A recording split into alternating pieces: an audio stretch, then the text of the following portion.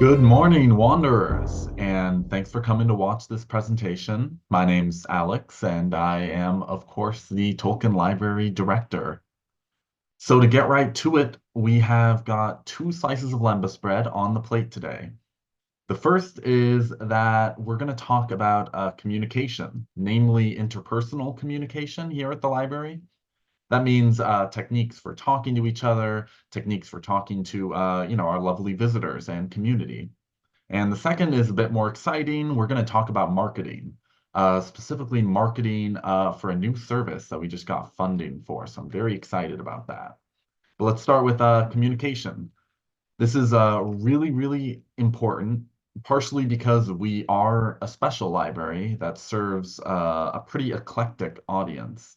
A lot of visitors who are professional, academic, non-professional. We have scholars, professors of literature, professors of media, media history. We have literature students. We have, some enterprising BAs in Tolkien studies.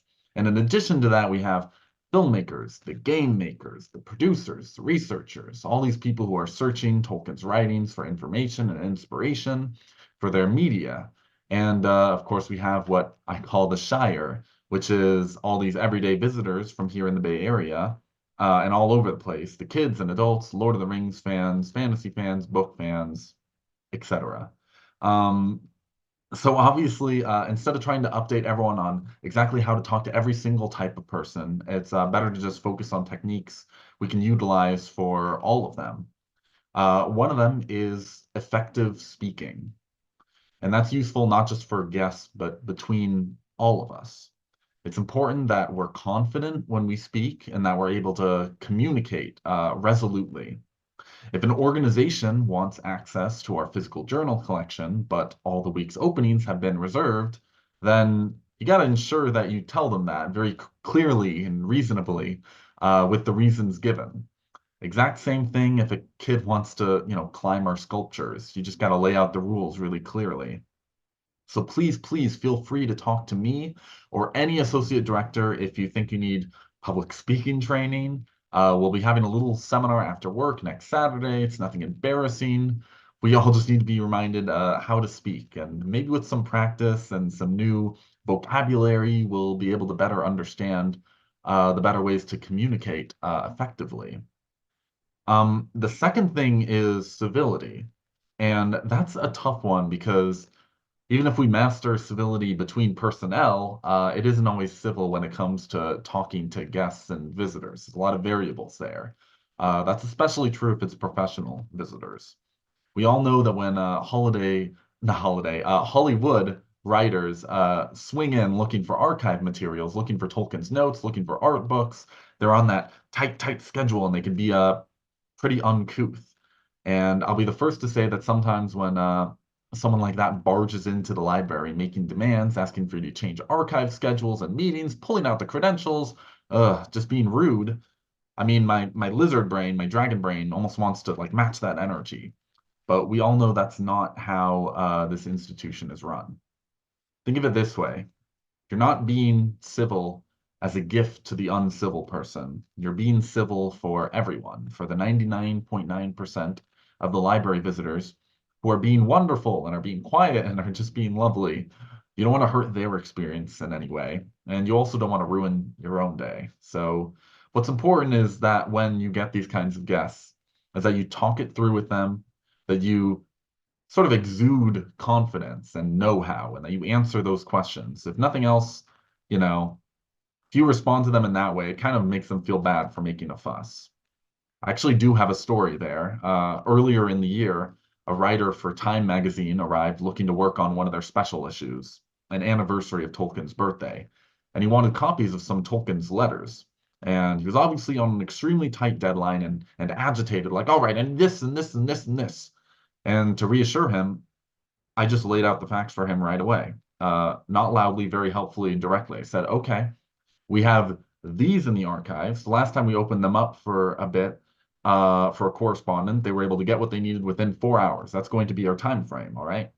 And he just said, oh, all right, yes, that's fine.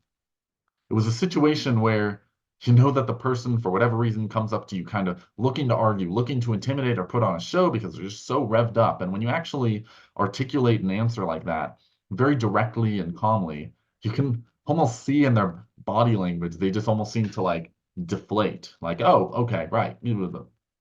So that in the end was a combination of both civility and effective speaking, actually. You got to be polite, but you got to take charge. Be polite without letting yourself be pushed around. And more than anything, don't be antisocial. So now we get to the more exciting stuff. Now we get to our new service that we finally received funding for, both from the municipality and from the Tolkien Society. And that service is called MedC. Now, it sounds like a medieval, like weird, almost a medical service plan, but it's not. MedC stands for Middle Earth Digital Chronology. Now, for the uninitiated, what does that mean? Well, MedC isn't necessarily a new set of information. It's a new way to search for information within our digital database. It features what we consider to be a fully explorable timeline. I mean, it's really cool. A fully explorable timeline of Middle Earth, ranging from those cosmological beginnings all the way through the stories of the first, second, third age, even into that mysterious fourth age, of which there's not actually a lot of info from Tolkien. What it basically means is that every work in Tolkien's universe is placed somewhere along this timeline, corresponding to the date in the timeline it took place. So, for example, chapters of the Silmarillion will inhabit the timeline from the literal beginning of time all the way through to the first era, with one chapter for the second and third era. And of course, works like Lord of the Rings will be in the years 3018 to 3019 of the third era, with parts of the appendices from before then. If one of Tolkien's letters mentions a character living at a certain date and time, you'll find that letter at that date. And of course, for multimedia like video games and films, you'll also find them in their appropriate settings in the appropriate eras. Obviously, with each piece of media labeled in a way that specifies whether it comes straight from Tolkien or whether it's Tolkien inspired. Like that's the main division, is some things are straight, what we call canon, straight from Tolkien's books or words, and then other things are the video games, the movies, the adaptations of other kinds. So MedC divides between those. So how is this useful? Well, basically, imagine that you're one of our professional visitors. You're writing a chapter of the show or developing a video game that will take place during a certain time period in Tolkien's world. If you want your show or game to have werewolves, then all you have to do is type werewolf into MedC, and it will highlight all the time periods in which werewolves appeared in Tolkien's texts and outside. So in other words, this stuff is really important for people operating under the Tolkien license so that they can avoid anachronisms that the Tolkien estates hate so much. You want to avoid including the Nazgul before they appear as Nazgul. If there's something anachronistic, then at least it can be cross-referenced with other anachronistic pieces of media that'll hopefully give you some guidance or information.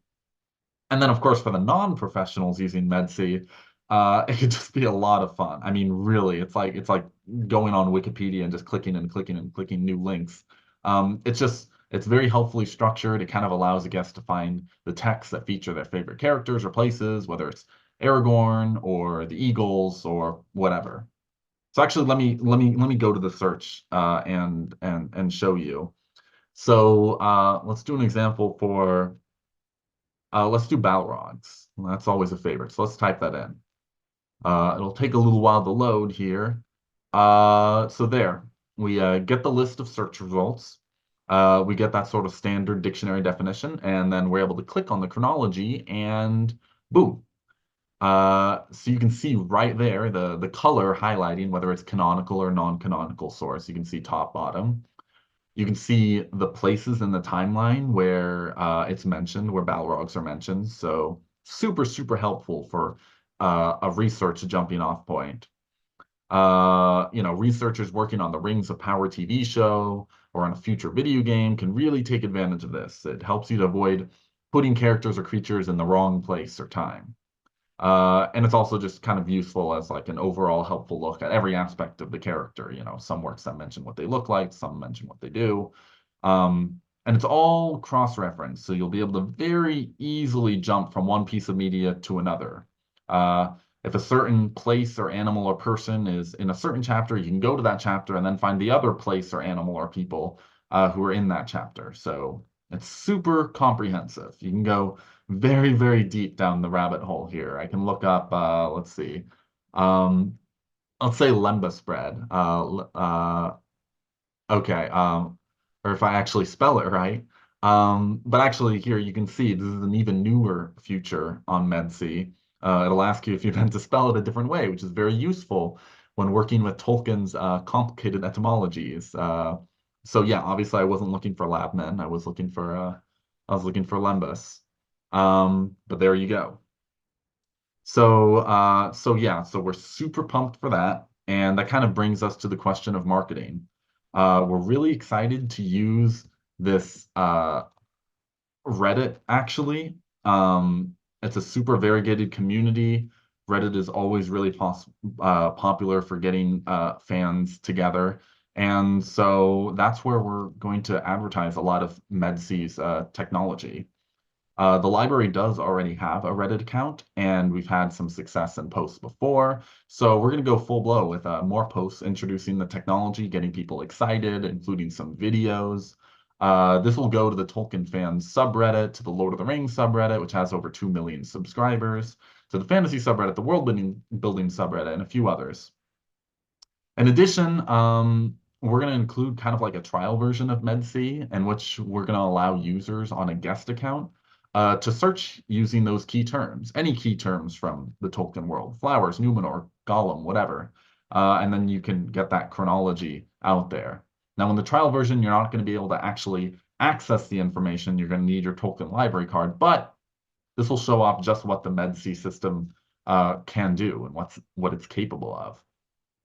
So that's what we're gonna do. Reddit advertising, free trials, and also bookmarks. So with all that in mind, we have arrived at the discussion question for the week. And what I think we need to talk about is relevancy. Um, we need to find ways to kind of advertise the library and what we do in a way that kind of links us to, popular aesthetics or things that are just generally popular right now, things that we can link up in our seminars or in our little in-person events.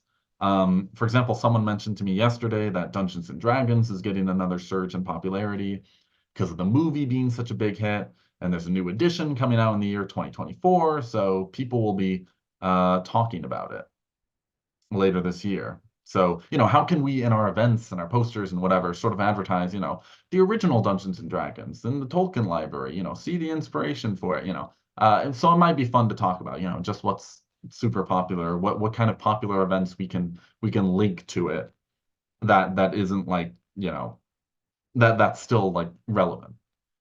So anyways, it's gonna be fun. And I really appreciate you guys listening in. We got so many ideas, so much going on. It's going to be a great year for us. So thank you so much for listening. All right. And remember, not all who wander are lost. All right. Bye bye, guys.